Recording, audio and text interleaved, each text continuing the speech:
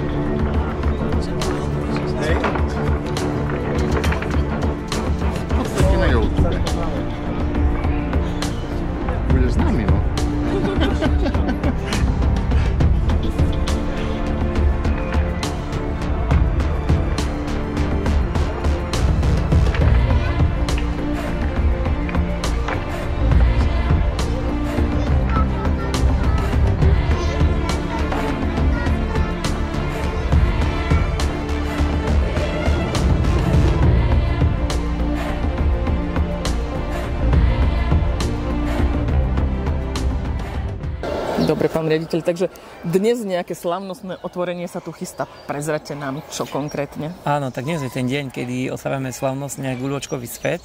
Je to vlastne nová atrakcia pre, by som povedal, najmenšie deti.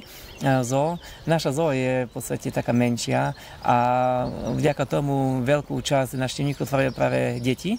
A chceli sme im spestriť návštevu zoologickej záhrady, a keď už ich v podstate prestane baviť, sledovať živé zvieratka, aby trošku posledovali a pohrali sa aj s tými vyrezávanými zvieratkami, s týmto krásnym dielom. Či to bol nápad? Tak nápad to bol pána rezbára, pána Bakoša, ktorý prišiel za mňou s tým, že chcel by niečo také zrealizovať a práve má rád našu zoologickú záhradu a ho tak napadlo, že by to tu bolo pekné. Tak s týmto nápadom išiel ďalej a skúšal byť úspešný cez Terra Incognito, cez projekt, čo sa mu aj podarilo a vlastne sme radi, že tento nápad neskončil iba v jeho hlave, ale v podstate, že sa zrealizoval. Doteraz ste boli v podstate nútene zatvorení. Už si mal možnosť niekto ten gulíčkový svet vyskúšať, alebo to teraz bude prvýkrát? Tak nie, tak dnes oficiálne je otvorenie a od tohto otvorenia už bude vlastne v prevádzke. Ten guľôčkový svet je súčasťou zoologickej záhrady. Je nejako aj spoplatnený, alebo je to... Áno, tak guľôčkový svet sa nachádza v areáli zoo. Je to pre návštevníkov zoologickej záhrady. Spoplatnený je tak, že vlastne návštevník si v automate na guľôčky zakúpi guľôčku a s touto guľôčkou potom v podstate, až kým ho to neprestane baviť, vlastne môže sa vyhrať do sytosti a potom tá guľôčka mu ostáva ako suvenír.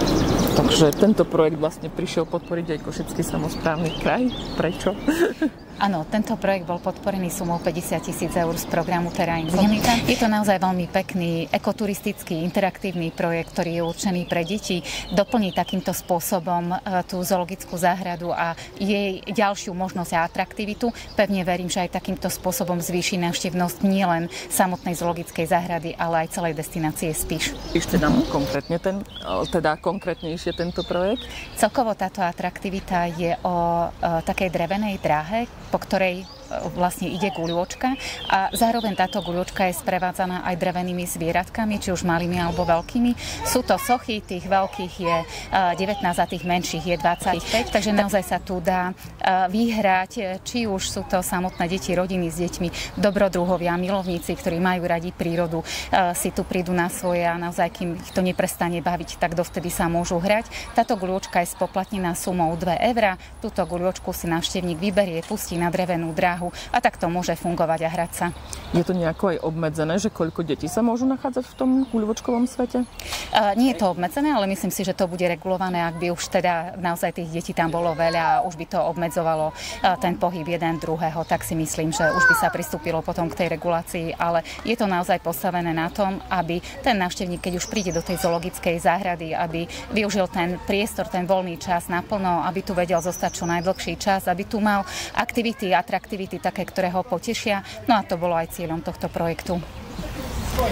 Dobre, zoologická v Spišskej Novej Vsi má celkom zaujímavú, krásnu atrakciu. Pán riaditeľ nám už predstavil toto, ale vy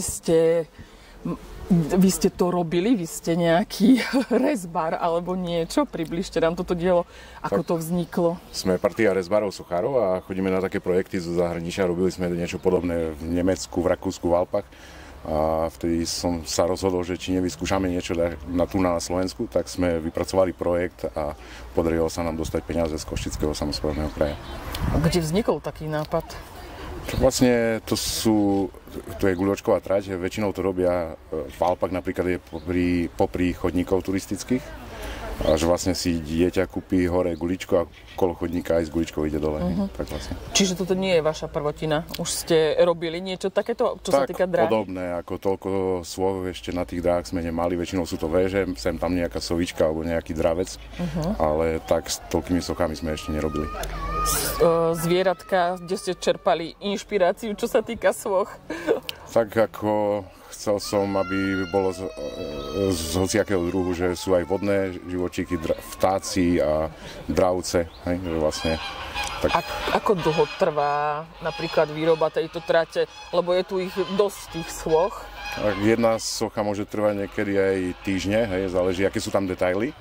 Vlastne vyrobili sme všetky sochy, potom sme ich tu doniesli a potom sme ich začali spájať s tými dráhami. Bude potrebovať tie sochy aj nejaké ošetrenie počas rokov? Tak je to z kvalitného dreva, je to z duba, takže si myslím, že trvácnosť bude mať dlhú, ale určite raz ročne to treba vyčistiť, pretrieť. Ešte vás poprosím vaše meno. Adam Bakoš. Ďakujem pekne. Keď sa niečo také zrealizovalo, aké sú vaše pocity? Podporili ste toto? Tak ja som sa na chvíľu mal možnosť dostať opäť do detských čias, pustiť si guličku, ale myslím si, že sa to bude páčiť všetkým malým návštevníkom zoologickej záhrady a predpokladáme, že skrze týchto malých návštevníkov sa zvýši aj počet tých väčších návštevníkov, keďže budú musieť prísť s nimi, teda myslím rodičov hlavne, a ja verím, že aj takýmto spôsobom zoo v Spišskej Novej Vsi bude zatraktívnená a bude prístupnejšia a možno taká aj viac atraktívna nielen pre Spišiakov, ale aj východniarov a aj návštevníkov z celého Slovenska. Myslím si, že sa to odrazí aj na tých číslach a verím, že zoologická, keď bude pokračovať v takomto tempe, tak tá návštevnosť sa bude neustále zvyšovať. My samozrejme sme pripravení pomôcť aj v budúcnosti. Ja ďakujem veľmi pekne pánovi Bakošovi, autorovi týchto drevených sôch, pretože aj tu pri týchto sochách vidno, že nie je jedno a to isté, keď robia dvaja ľudia to isté. A ja si myslím, že pán Bakoš je záruka toho, že ten výsledok bude naozaj skvelý. Guličkový svet ste si mohli aj sám vyskúšať. Aké to bolo?